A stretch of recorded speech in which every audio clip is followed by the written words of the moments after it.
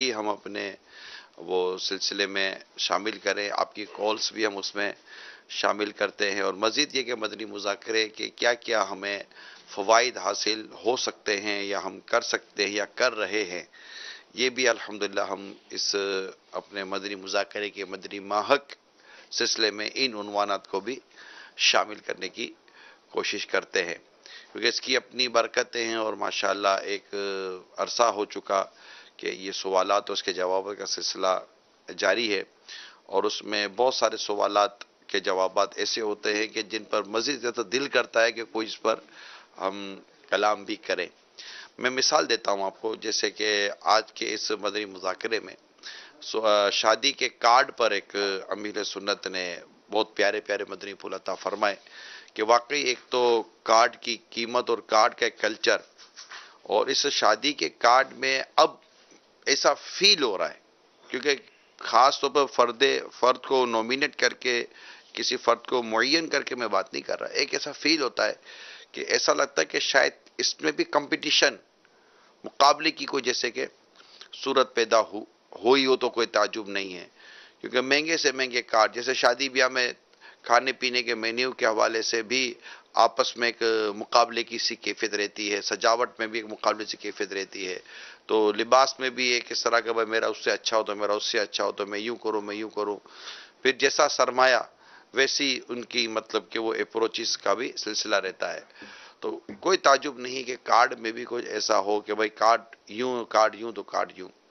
لیکن امیر سنت نے بہت پیارے مدنی پھول عطا فرمائے کہ اس کارڈ کو نارملی اتنا دیکھا اور پڑھا نہیں جاتا، اور یعنی اس کی کوئی ڈیوریشن وہ نہیں ہے، اسٹیبلٹی نہیں ہے، اس کا کوئی اتنا لانگ ٹرم کے لیے کوئی کارڈ رکھتا سنبھالتا نہیں ہے، نہ اس میں کوئی ایسا میٹر ہوتا ہے کہ وہ اب اتنا بڑا سرمایہ لگے اور پھر کسی کو اس کا کوئی خاص فائدہ نہ ہو، جسٹ یہ کہ ایک میسج چلا گیا، پیغام چلا گیا کہ ہمارے بچے کی دعوت ہے اور اس کی تقریب کا ایک اسکیڈول ہے، جدول ہے، شیڈول ہے، وہ یہ ہے، مگر یہ کہ اگر اس کے اندر ایک نیکی کی دعوت کا بھی سلسلہ ہو اور دنیا اور آخرت کی بھلائیاں بھی اس کے اندر اگر ڈالی گئی ہوں تو اس کے زیادہ فائدے ہیں، جس میں امیر سنت نے بڑے پیارے مدنی پھول عطا فرمائے کہ جیسے مخطوط المدینہ کا جیسے رسالہ، میں ایک مثال دے رہا ہوں کہ مثال کے طور پر کسی کی بیٹی کی شادی ہے، اور اپنی بیٹی کی شادی میں فار ایگزامپل کہ یہ رسالہ لیتے ہیں، ٹھیک ہے نا، یہ رسالہ آپ دیکھ رہے ہیں،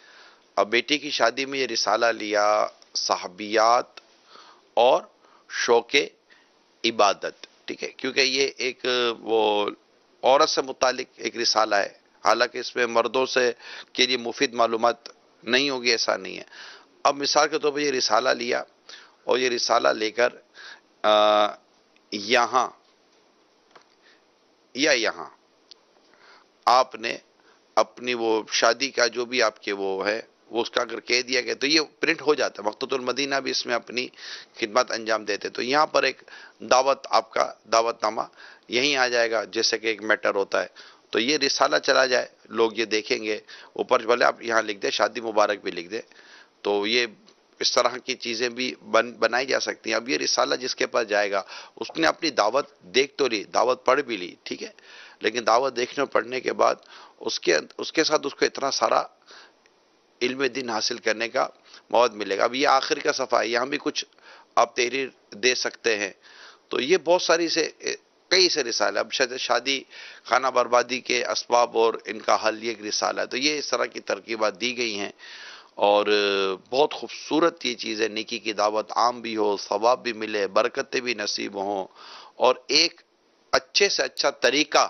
مسلمانوں میں رائج ہو، اور وہ طریقہ جس میں ایک میں نہیں کہتا کہ اس میں اسراف ہی کی صورت بنتی ہو، لیکن ظاہر ہے کہ ایک اس بہتر صورت بنائی جا سکتی ہے جس میں ثواب زیادہ ہو، تو یہ آج کے ایک مدنی مذاکرے میں یہ ایک بڑا خوبصورت سا ایک پہلو سامنے آیا۔ میں چاہوں گا کہ ہمارے مفتی صاحب بھی اس پر اپنے کچھ مدنی پھول بیان کر کے ہم مزید اس مدنی مذاکرے کی مدنی مہک کو محسوس کریں۔ بسم اللہ الرحمن الرحیم۔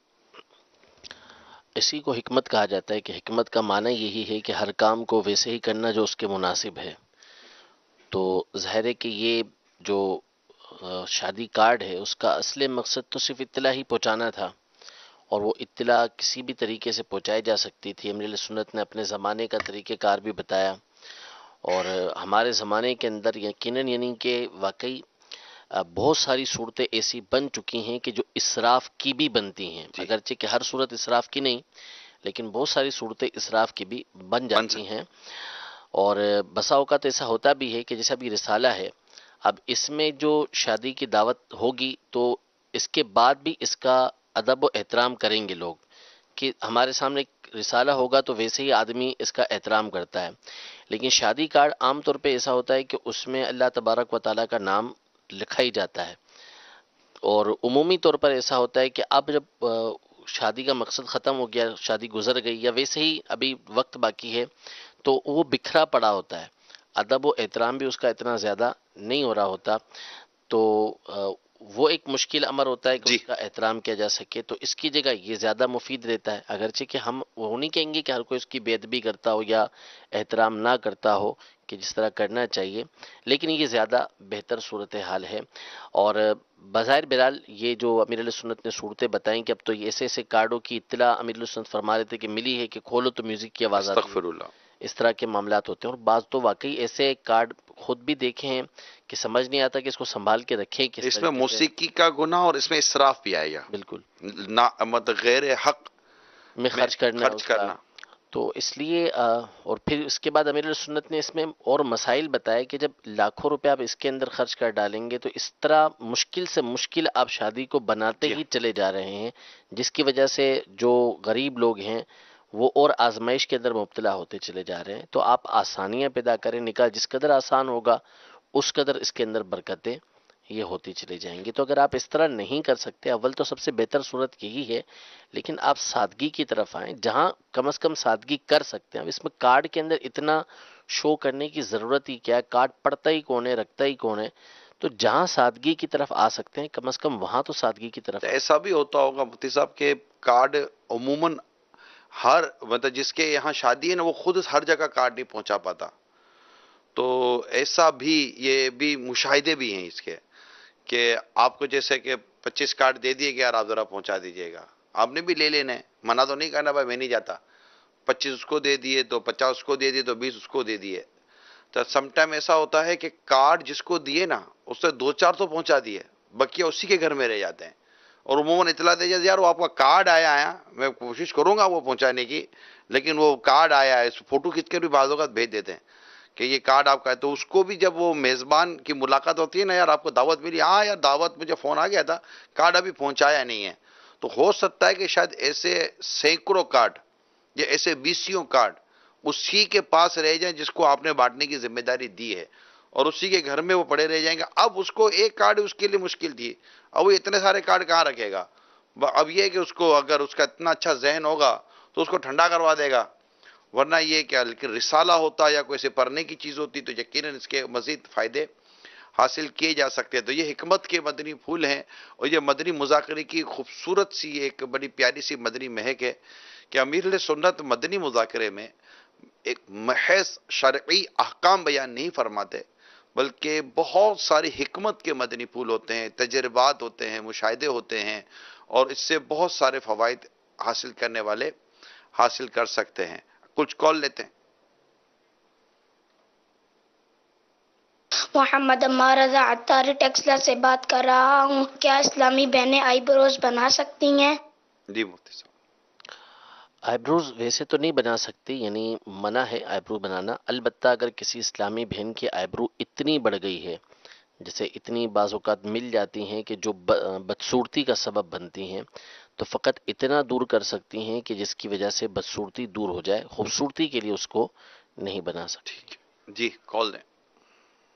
محمد شہزاد عطاری عرض کر رہا ہوں مفتی صاحب سجدہ اور تعظیمی سجدہ میں کیا فرق ہے؟ سجدہ اور تعظیمی سجدہ، یعنی تعظیمی سجدے کو بھی سجدہ کہتے ہیں. البتہ سجدے کی دو قسمیں علماء نے کی ہیں کہ ایک سجدہ عبادت کے لیے ہوتا ہے اور دوسرا سجدہ تعظیم کے لیے ہوتا ہے. تو عبادت کا سجدہ ہے وہ ہر شریعت کے اندر ہمیشہ حرام رہا ہے، شرک رہا ہے، وہ اللہ تبارک و تعالیٰ کے سوا کسی کو نہیں کیا جا سکتا، صرف اللہ تبارک و تعالیٰ کی ذات کے لیے ہی وہ سجدہ ہوگا۔ اور جہاں تک رہا تعظیم کے لیے سجدہ کرنا، یعنی اللہ تبارک و تعالیٰ کے علاوہ کسی اور کے سامنے سجدہ کرنا اور تعظیم کی نیت کرنا، اس کو معبود نہ سمجھنا، یہ پچھلی شریعتوں میں تو جائز تھا، جیسے حضرت آدم علیہ السلام کو فرشتوں نے کیا، یوسف علیہ السلام کو آپ کے بھائیوں نے، آپ کے والدین نے کیا، یہ ان کی شریعت میں جائز تھا، لیکن ہماری شریعت مطہرہ کے اندر یہ بھی حرام ہے، اس کی اجازت نہیں ہے۔ البتہ اگر تعظیم کے لیے کوئی سجدہ کرتا ہے تو اس کو کفر نہیں کہا جائے گا، اس کی اجازت نہیں ہے۔ تو اول اس فرق کو سامنے رکھنا ضروری ہے کہ سجدہ یہ دو قسموں پر ہے، جو عبادت کے لیے ہو اور تعظیم کے لیے ہو۔ دوسرا پھر یہ فرق رکھنا ضروری ہے کہ عمومی طور پر، عام طور پہ لوگ جس کو سجدہ کے رہے ہوتے ہیں، بہت دفعہ وہ سجدہ ہوتا نہیں ہے، کہ لوگ قبر کو مثال کے طور پر چوم رہے ہوتے ہیں، اگرچہ کہ ہمارے نزدیک امام اہل سنت کا جو فتویٰ ہے وہ یہی ہے کہ احوط یعنی احتیاط اسی کے اندر ہے کہ قبر کو چوما نہ جائے، لیکن چومنا بہرحال یہ سجدہ نہیں ہے، چومنے سے بچنا چاہیے، گریز کرنا چاہیے، لیکن اگر کوئی قبر کو چومتا ہے، چومنے کے لیے جھکتا ہے، تو اس کو سجدہ یہ نہیں کہا جاتا۔ کال دیں۔ حاجی عمران بھائی، میں ہند کے شہر مدینہ الاولیاء احمد آباد شریف سے غلام نبی اتاری عرض کر رہا ہوں۔ مدنی مذاکرہ کی مدنی محرک میں آپ جلوہ افروز ہیں۔ میں آپ کی بارگاہ میں یہ عرض گزار ہوں کہ آپ اور رکن شورا تمام ہند میں کب تشریف لا رہے ہیں؟ برائے کرم ہند میں تشریف لائے، مدینہ مدینہ ہو جائے گا۔ السلام علیکم ورحمۃ اللہ وبرکاتہ۔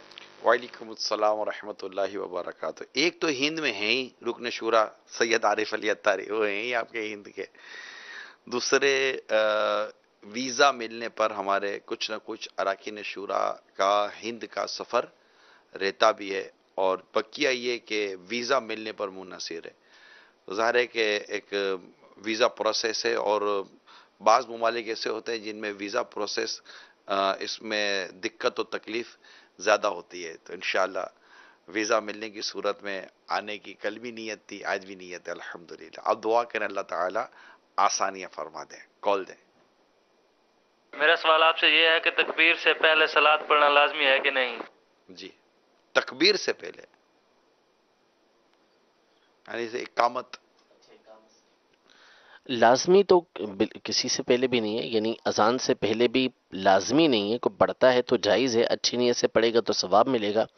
اسی طرح اقامت سے پہلے بھی اگر کوئی درود پاک پڑھتا ہے تو پڑھنا جائز ہے، اس کو ثواب ملے گا، لیکن لازم نہیں ہے کہ نہ پڑھے تو اس صورت میں گناہگار ہو، لازم اس کو نہیں کہا جاتا، یعنی پڑھنے کو ناجائز نہیں کہیں گے، ناجائز نہیں کہیں گے، اور جو نہیں پڑھ رہا اس کو گناہگار بھی گناہگار نہیں نہیں کہیں کہیں گے، گے۔ البتہ اگر پڑھنے کو وہ ناجائز کہے گا تو پھر وہ گناہگار تب کہلائے گا۔ گناہگار ہوگا۔ جی جی، کال دیں۔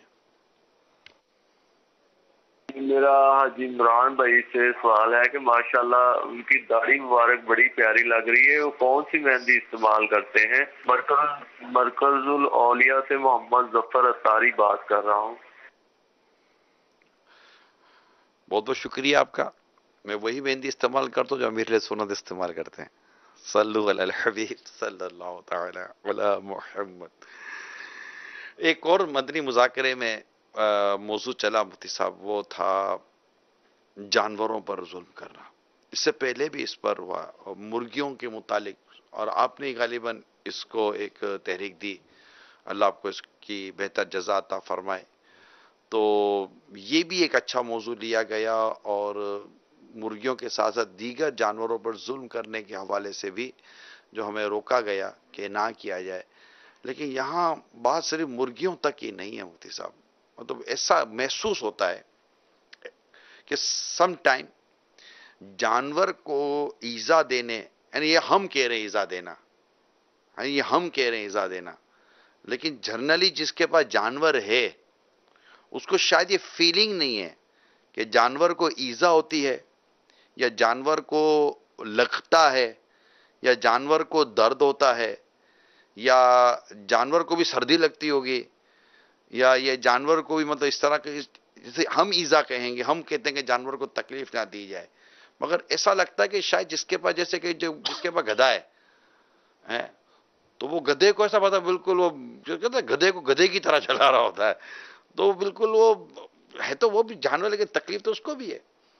اور اس طرح اور بھی کئی جانور ہوتے ہیں, بھوک ہے, پیاس ہے, اس طرح کی چیزیں. تو ایک ایسا فیل ہو رہا ہوتا ہے کہ جیسے کہ جانور پالنے والے یا جانور رکھنے والوں میں شاید ایک تعداد ہو جس میں وہ اس طرح کا جو رحم کا جذبہ ہے, ترس کھانا, رحم کرنا, ان کی بھوک کو, ان کی پیاس کو, ان کی تکلیف کو لینا. کہ میں نے ہر ایک کا میں اس لیے نہیں کہہ سکتا کہ جب ہم کیٹل فارم وغیرہ جاتے ہیں, جیسے اب قربانی کے دن آ رہے ہیں, تو جب ہم بڑا جانور لینے کے لیے جاتے ہیں تو اس پہ بعض وہ ہیں جو کہ جانوروں کو پالتے ہیں.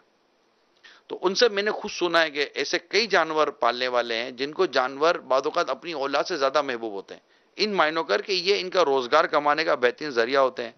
یہ انہیں مارتے پیٹتے نہیں ہیں اور انہیں بڑے مطلب کہ محبت و پیار کے ساتھ, ان کو شفقتوں کے ساتھ سہلا کر, اور ان کو مطلب کہ ایک اچھے انداز اس کو بڑا کرتے ہیں, بیچتے بھی ہیں, اسے روزی بھی کماتے ہی ہے. تو ایک تعداد ہوتی ہے. لیکن بھوک اور پیاس کے حوالے سے ہو سکتا ہے کہ وہاں بھی ظلم ہوتا ہو تو کوئی تعجب نہیں ہے, یا آس پاس کو ایسے جانور باندھ دیتے ہوں جو ایک دوسرے کو مار رہے ہیں اور وہ اسے لطف اٹھا رہے ہیں.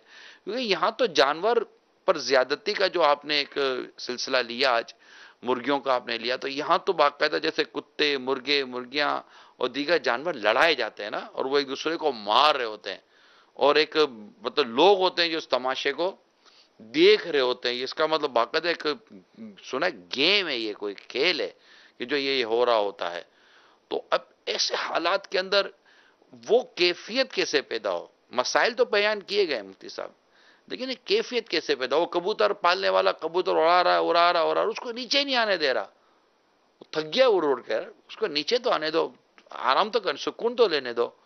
نہیں, اس کو دانے بھی دے گا وہ, کیونکہ اس نے اس کو پالا ہے, دانے بھی دے گا, اس کو پانی پلائے گا, لیکن ابھی نیچے نہیں آنے دے رہا. ابھی اس کو وہ لطف کا جو پیریڈ ہے نا وہ ختم نہیں ہوا. ابھی وہ آس پاس کو اور کبوتر اڑ رہے ہیں, اس کے وہ مقابلے کرا رہا ہے, اور یا اپنے جو بھی ہے وہ اپنی شیخی جھاڑ رہا ہے. ایسی صورت میں ایک عام آدمی کے دل میں جانور کا کے متعلق احساس پیدا ہو, اور جانور پالتے پالتے طبیعت میں جو جانور پن آ جاتا ہے وہ نہ رہے. ہم مطلب کہ انسان ہے, ہمیں ایک انسیت ہے, انسانیت ہے, ایک شرافت ہے, ایک رحم ہے.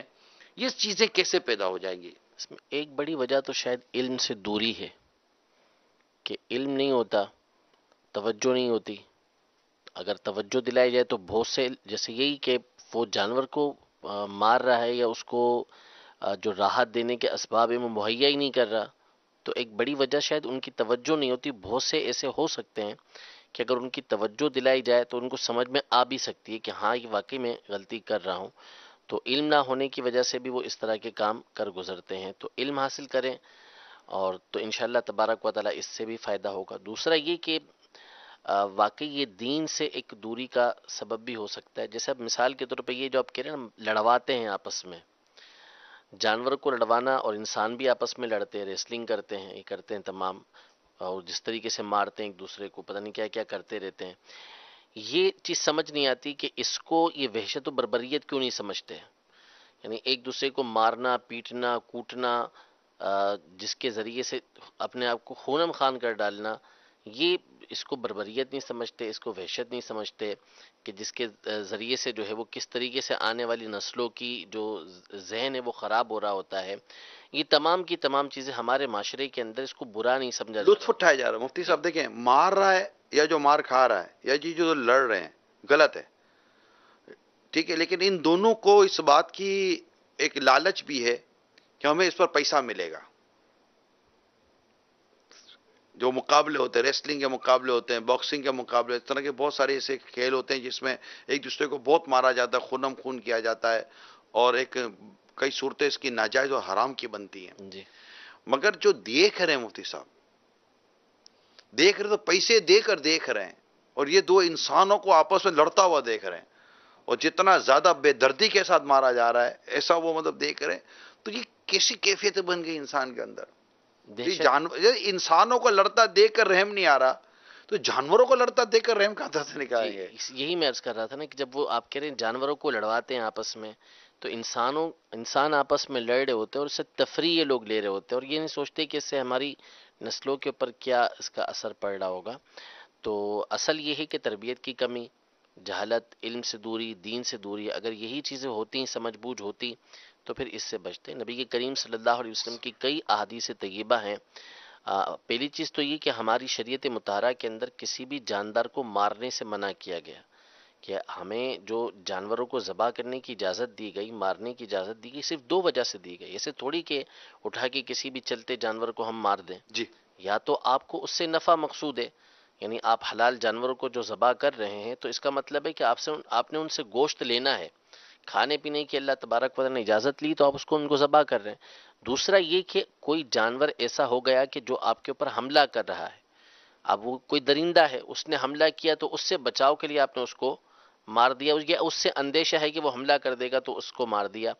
یہاں تک کہ یہ لکھا کتابوں میں کہ جو بلی یا ایسا درندہ جو عام طور پہ رہتا ہے ہمارے ساتھ، وہ ہو گیا کاٹنے والا، بلی حملہ کرتی ہے، تو اللہ تبارک و تعالی نے نبی کریم صلی اللہ علیہ وسلم نے ارشاد فرمایا کہ اللہ تبارک و تعالی نے ہر چیز میں بھلائی کو لکھ دیا ہے، تو تم جب ذبح کرو تو اس وقت بھی بھلائی کو اختیار کرو۔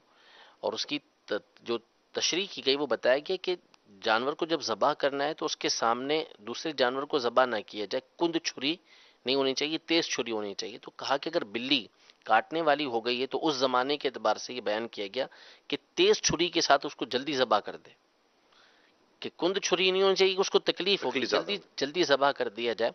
تو مارنے کی جو اجازت دی گئی وہ بھی اس طرح اجازت دی گئی کہ جب وہ تکلیف پہنچا رہی ہو، اس سے ہمیں ضرر کا اندیشہ ہو، ایسے مطلقاً اجازت نہیں ہے کہ ہم ہر جاندار کو مارتے پھریں۔ حضور علیہ الصلوۃ والسلام نے ارشاد فرمایا کہ ایک عورت جو ہے وہ کہیں سے گزر رہی تھی تو اس کو پیاس لگی، وہ طوائف تھی، تو اس کو پیاس لگی، وہ کنویں میں اتری، پانی پیا، باہر نکلی تو دیکھا کہ وہ کتا جو ہے وہ زبان سے مٹی کو چاٹ رہا تھا، گیلی مٹی کو چاٹ رہا تھا۔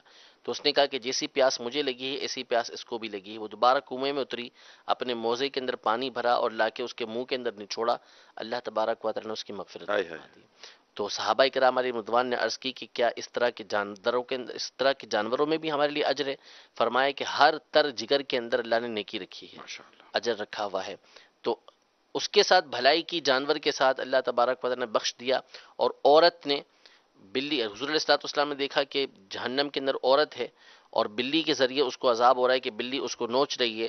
ارشاد فرمایا کہ وجہ اس کی یہ بنی کہ اس بلی کو اس نے قید میں رکھا ہوا تھا اور نہ اس کو رزق دیا، کھانا دیا، اور نہ اس کو چھوڑا کہ خود حاصل کرتی، تو مر گئی بلی اور اللہ تبارک و تعالی نے اس کو اس کے اوپر مسلط کر دیا۔ تو اگر ان چیزوں کا علم حاصل کریں گے تو خود ہم جانوروں کو مارنے سے، ان پہ ظلم کرنے سے بچیں گے۔ اب روزگار کا مقصد ہوتا ہے تو پھر جانوروں کے اوپر شفقت و مہربانی ہو رہی ہے، ان کو بادام پشتے بھی کھلائے جا رہے ہیں، تو ان کو جو ہے وہ دودھ بھی پلایا جا رہا ہے، تو مکھن بھی کھلایا جا رہا ہے، سب کچھ ہو رہا ہے۔ تو لیکن جہاں پہ اس طرح کا نہیں ہو رہا تو پھر مرغیاں جو ہے وہ ایک ساتھ دبا کے رکھی ہوئی ہیں، جو چل بھی نہیں پا رہی، کچھ کھانا پینا بھی نہیں دیا جا رہا۔ تو اللہ تبارک و تعالیٰ سے ڈرنا چاہیے کہ کل بروز قیامت کہیں ان کے ذریعے ہماری پکڑ نہ ہو جائے۔ سیکھنے اور سمجھنے کے لیے یہ مدنی پھول بہت پیارے ہیں۔ اللہ ہمیں عقل سلیم بھی دے اور نرمی بھی عطا فرمائے، رحم بھی اللہ کریم عطا فرمائے۔ وہ کسی صحابی کے بارے میں نے پڑھا تھا جو کچھ یوں عرض کر رہے تھے کہ جب جانور ذبح کیا جائے تو مجھے رحم آتا ہے، جی، تو ان کے رحم پر ان کو جنت کی بشارت بیان کی گئی ہے۔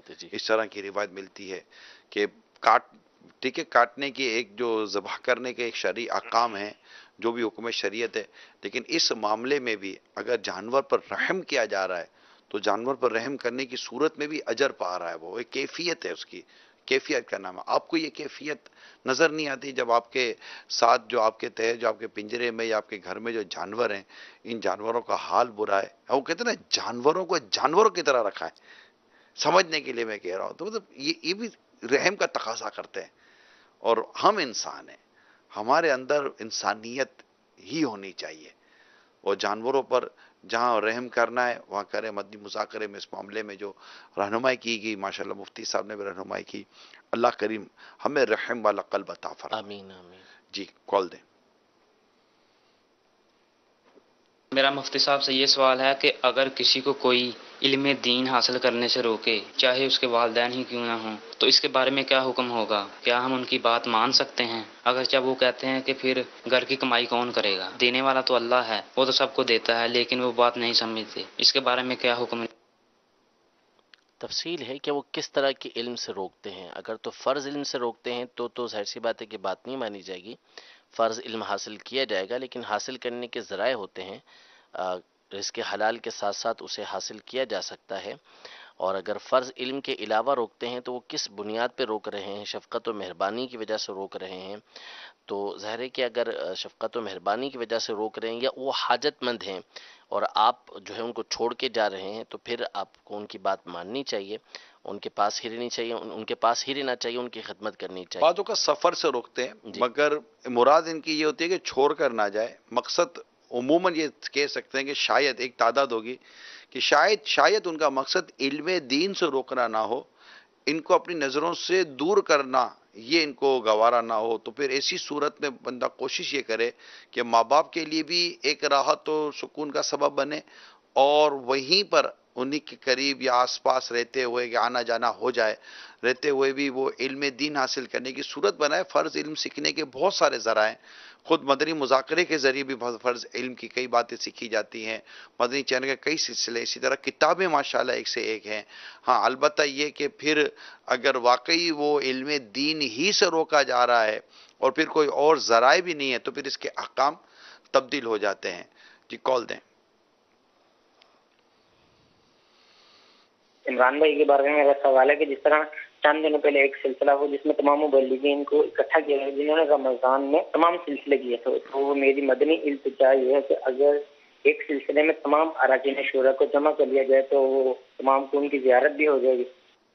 اصل میں وہ ایک ہی سلسلہ ہوتا ہے جس میں اراکین شورا ایک وقت میں ہم جمع کرنے کی کوشش کرتے ہیں، وہ شورا کا مدنی مشورہ ہی ہے۔ یہ ظاہر ہے کہ یہ ہمارا چند دنوں کا مدنی مشورہ ہوتا ہے مرکزی میت شورا کا، اور اس میں مختلف مشاورتوں کے بعد اب ان کے جدول ہوتے ہیں۔ اب آپ جیسے آج ہی دیکھ رہے تھے کہ حاجی شاہد اور حاجی یافور یہ سردار آباد میں تھے، حاجی امین جو یہاں ہوتے ہیں ابھی وہ بھی سردار آباد میں تھے، اس طرح کوئی کے پی کے میں ہوگا تو کوئی ملک سے باہر ہوں گے، کوئی کیا ہے۔ تو یہ ہمارے اب اگلے مدنی مشورے کی تاریخ ہماری طے ہے کہ ہمارا اگلا مدنی مشورہ کب ہوگا۔ یوں ہم کوشش کرتے ہیں کہ سال بھر کی تاریخیں ہم طے کر لیتے ہیں کہ ہر مطلب کہ 2.5-3 ماہ کے اندر جو ہمارا مدنی مشورہ ہونا ہوتا ہے، اور پھر اس کے مطابق یہ ہمارے اراکین شورا اور دیگر نگران کابینات وغیرہ اپنا سال بھر کا جدول اسکیجول بناتے ہیں تاکہ یہ اسی دوران پھر وہ مدنی مشورے میں بھی آ سکے اور یہ ہو سکے۔ تو ابھی آپ نے فی الحال ایک سلسلہ تو نہیں، لیکن امیر سنت نے کرم فرمایا تھا شورا کے مدنی مشورے میں، اس کی کچھ خبر وغیرہ یا اس کے کچھ مناظر آپ نے ہو سکتا ہے دیکھ لیے ہوں۔ جی سوال چلائیں۔ میرا حاجی صاحب حاجی عمران بھائی سے سوال ہے کہ آپ کو مرکز الاولیاء کسی دن تشریف لے آئیں، ادھر کم نہیں آتے ہیں آپ۔ میں ادھر کم نہیں آتا، میں ادھر آتا ہی نہیں ہوں۔ دعا کرے اللہ کریم ایسے اسباب پیدا کر دے کہ میں ملک کے مختلف علاقوں میں مختلف حصوں میں سفر کر سکوں، تو حفاظتی امور کی وجہ سے مجھے ہمارے مدنی مرکز ہی کہہ لیں آپ، ہماری شورا کی طرف سے ہی مجھے اس طرح سفر کرنے کی اجازت نہیں ہے، اور دعوت اسلامی کی ذمہ داری یا دعوت اسلامی والا ہونے کے لیے اطاعت کا ہونا بہت ضروری ہے کہ آپ اطاعت کریں اور حسن ظن کے ساتھ اطاعت کریں اپنے ذمہ داران کی۔ اگر وہ آپ کو روکیں کہ آپ نہ جائیں، آپ یہ نہ کریں، کیونکہ تنظیم ہے، تنظیم نظم سے ہے اور یہ ڈسپلن سے چلے گی، اور اس کے لیے آپ کو کسی چیز کے کرنے کا اگر روک دیا جائے تو رک جانا یہ ذمہ داری کا تقاضا بھی ہے اور وفاداری کا بھی تقاضا ہے، اور اس میں تنظیم کا بھی اسی میں بھلا ہے۔ تو آپ دعا کریں اللہ کریم اسباب ایسے کر دے۔ کال دیں۔ میرا سوال یہ ہے کہ یہ شمال کے یہ روزے ہوتے ہیں 6، اگر ان میں سحری نان کھانا ضروری ہے یا رات کا کھانا کھایا نیت آدمی کر لے تو وہ روزہ ہو جاتا ہے؟ جی مفتی صاحب۔ جی اس میں چونکہ نفلی روزے ہیں تو اس میں نیت جو ہے وہ رات سے بھی کر سکتے ہیں، اور زہوہ کبریٰ یعنی جس کو عام طور پہ ہمارے یہاں زوال کا وقت کہتے ہیں، اس سے پہلے اگر کچھ کھایا پیا نہیں ہے تو بھی یہ نیت کر سکتے ہیں کہ میں صبح ہی سے روزے سے ہوں۔ تو بہرحال اس میں سحری شرط نہیں ہے، سنت ہے، بہتر ہے کہ سحری کی جائے، سحری کرنا چاہیے، سحری چھوڑنا نہیں چاہیے۔ لیکن اگر سحری نہیں کی اور ویسے ہی نیت کر لی کہ میں روزہ رکھوں گا، رات سے ہی نیت کر لی ہے، تو بھی صبح نفلی روزہ رکھ سکتے ہیں۔ ماشاءاللہ میلاد حال میں ماشاءاللہ ہمارے عاشقان رسول خصوصی مدنی مذاکرے کے لیے